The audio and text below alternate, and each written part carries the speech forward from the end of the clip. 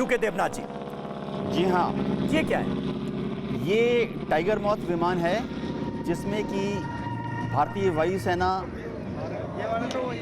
50 के दशक तक एज ए ट्रेनर विमान यूज करती थी। ये थोड़ी देर पहले जो हम जिक्र कर रहे थे कि पुराने विमान भी नजर आएंगे, डकोटा और टाइगर, तो टाइगर दिख गया हमें। जी हाँ, देखिए एयरफोर्स ने एक विंटेज फ्लाइट बनाई है जो कि पालम एयरबेस में स्थापित किया गया है। अच्छा। वहाँ पर एक बहुत सुंदर म्यूज़ियम बनाया गया है और भारतीय वायुसेना कोशिश कर रही है कि 1940, 50, 60 के दशक से जो हमारे फाइटर एयरक्राफ्ट थे, ट्रेनर एयरक्राफ्ट थे, बॉम्बर एयरक्राफ्ट थे, उनको वहाँ प्रिजर्व किया जाए। दर्शक भी वहाँ जा सकते हैं, वहाँ पर आम सिविलियन दर्शक भी जा सकते हैं। आपको सिर्फ एक छोटा सा टिकट लेना है। अगर स्कूल के बच्चे वहाँ जाएं तो स्कूल की तरफ से ऑर्गेनाइज ट्रिप के लिए कंसेशनल टिकट्स भी दिए जाते हैं। इंडियन एयरफोर्स म्यूजियम जो कि पालम के पास स्थापित है। अपनी मैक्सिमम रेंज के साथ इस समय चाहे बालाकोट एयर स्ट्राइक हो या फिर उस समय लाइन ऑफ एक्चुअल कंट्रोल के हालात, उसके साथ साथ चीफ हेलीकॉप्टर है जिसने अभी आपको बताया कि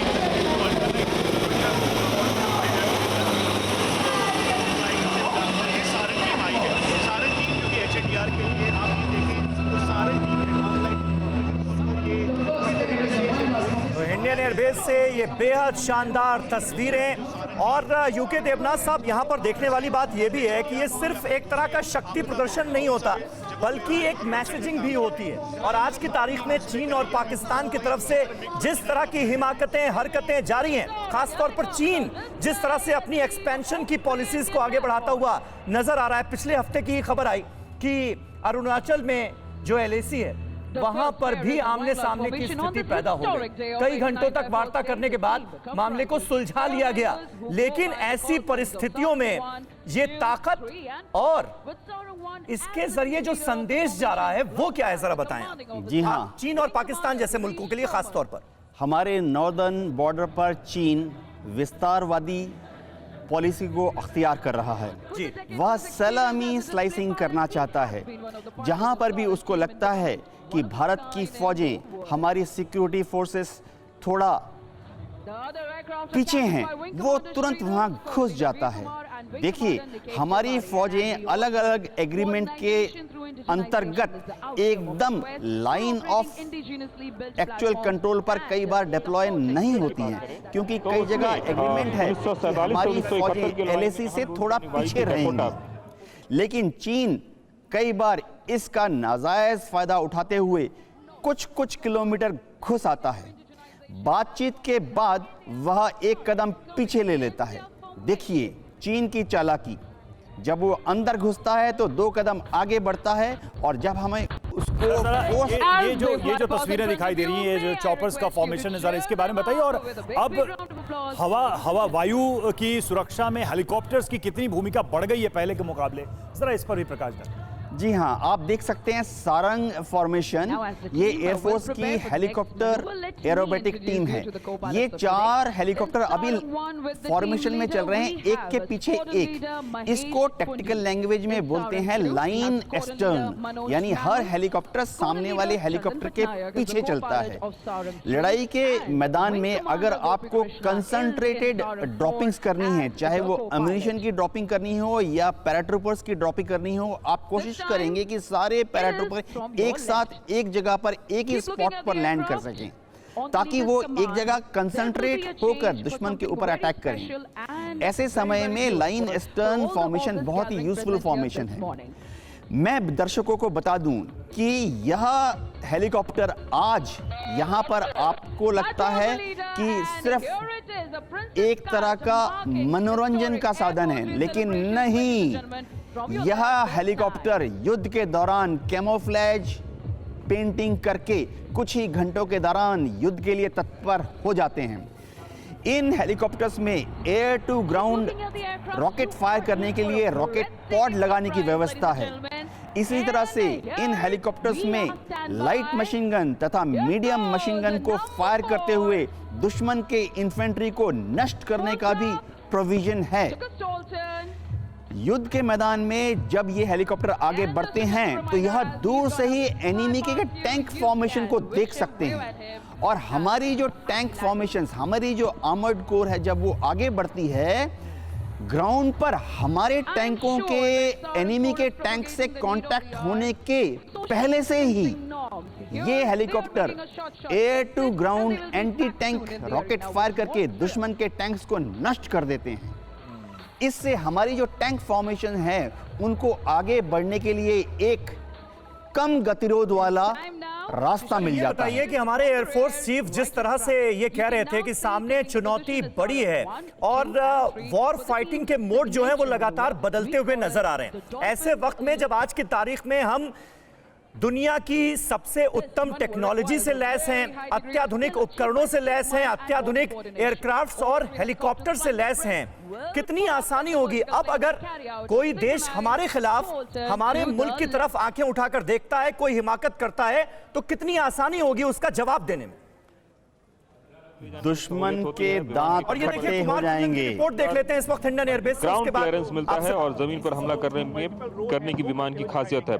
जगुआर 1 सीट वाला विमान है और यह 55.22 फीट लंबा और 28.51 फीट चौड़ा और 16.1 फीट ऊंचा है। विमान 1700 प्रति किलोमीटर की रफ्तार से उड़ सकता है और 4500 किलोग्राम तक का हवा से हवा में हमला करने की मार वाले रॉकेट समेत कई हथियार इसमें लोड हो सकते हैं। इसका संचालन करने वाले देश फिलहाल इक्वाडोर, फ्रांस, भारत, नाइजीरिया और ओमान हैं। इसके थोड़ी देर पहले अभी सुखोई का भी यहाँ पे प्रदर्शन किया गया था। सुखोई की अगर बात करें तो सुखोई 30 MKY लड़ाकू विमान हिंदुस्तान की वो ताकत है जिससे दुश्मन देश के पसीने जरूर छूट जाते हैं। ये बात बिल्कुल सच है कि किसी भी देश की ताकत उसका अंदाज उसकी आर्मी और उसके पास मौजूद सैन्य सामग्री को देखकर लगाया जाता है, और भारतीय ताकत सुखोई 30 MKI है जो इंडियन एयरफोर्स के बेड़े में शामिल है।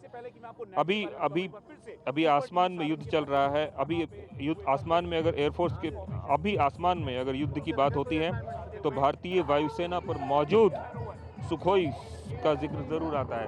ये देखिए जिस सारंग के हम क्रॉस की बात कर रहे थे वो फिलहाल जो है अभी ये दिखाता हुआ। इसके बाद थोड़ी देर बाद अभी यहाँ पे राफेल भी दिखेगा। राफेल एक कॉम्पैक्ट रेडियस 3700 किलोमीटर वाला विमान है। इसके साथ ये 2 यूके देवनाथ साहब, अब मेरे सवाल का जवाब आप दे सकते हैं। अलग अलग नए वॉर फाइटिंग मोड का जिक्र जिस तरह से इंडियन एयरफोर्स के चीफ ने किया, उसको लेकर मेरा सवाल था आपसे। जी हाँ, युद्ध के दौरान भारतीय वायुसेना दुश्मन के दांत खट्टे कर देगी, एकदम सक्षम है। मैं आपको बता दूं, पश्चिमी सीमा, उत्तरी सीमा और इसके अलावा Arabian Sea, Bay of Bengal, Hind Mahasagar, यहाँ पर भी अब भारतीय वायुसेना का दबदबा है।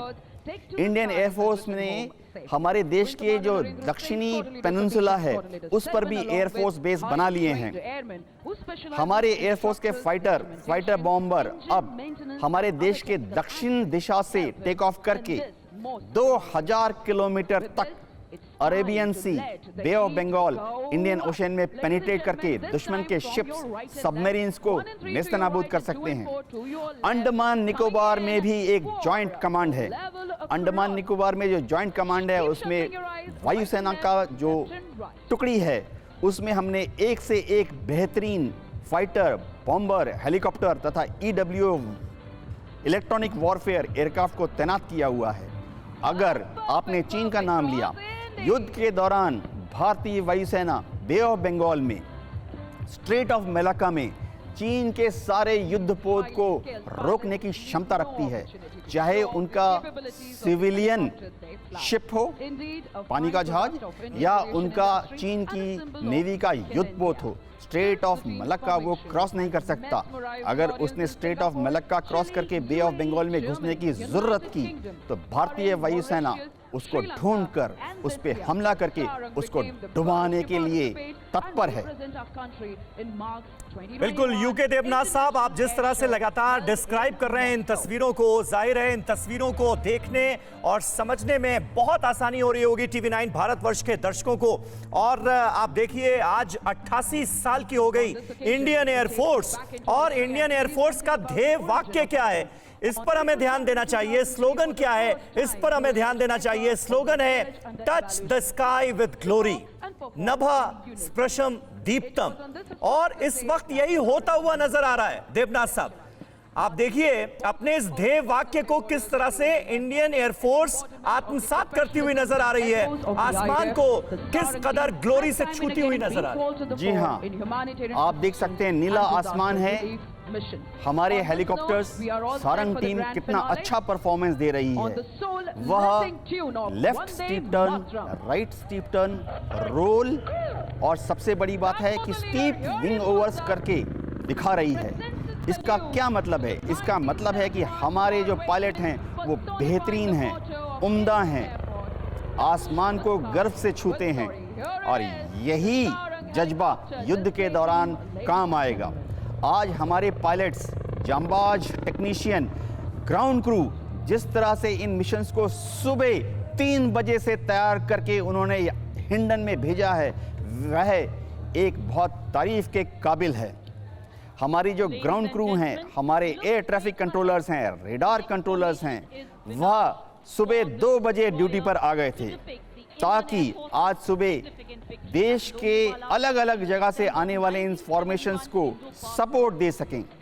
आज के लिए हिंडन में जो आप ये एक्टिविटीज़ देख रहे हैं, इसके लिए वायुसेना के जो एयरक्राफ्ट हैं, हेलीकॉप्टर हैं, वो पंजाब, हरियाणा, राजस्थान और उत्तर प्रदेश और तो और मध्य प्रदेश से भी आ रहे हैं। इन सारी एक्टिविटीज को कोऑर्डिनेट करना एक बहुत ही प्रोफेशनल अचीवमेंट है। परवाह देश की, सोमवार से शुक्रवार रात 10 बजे TV9 भारतवर्ष पर।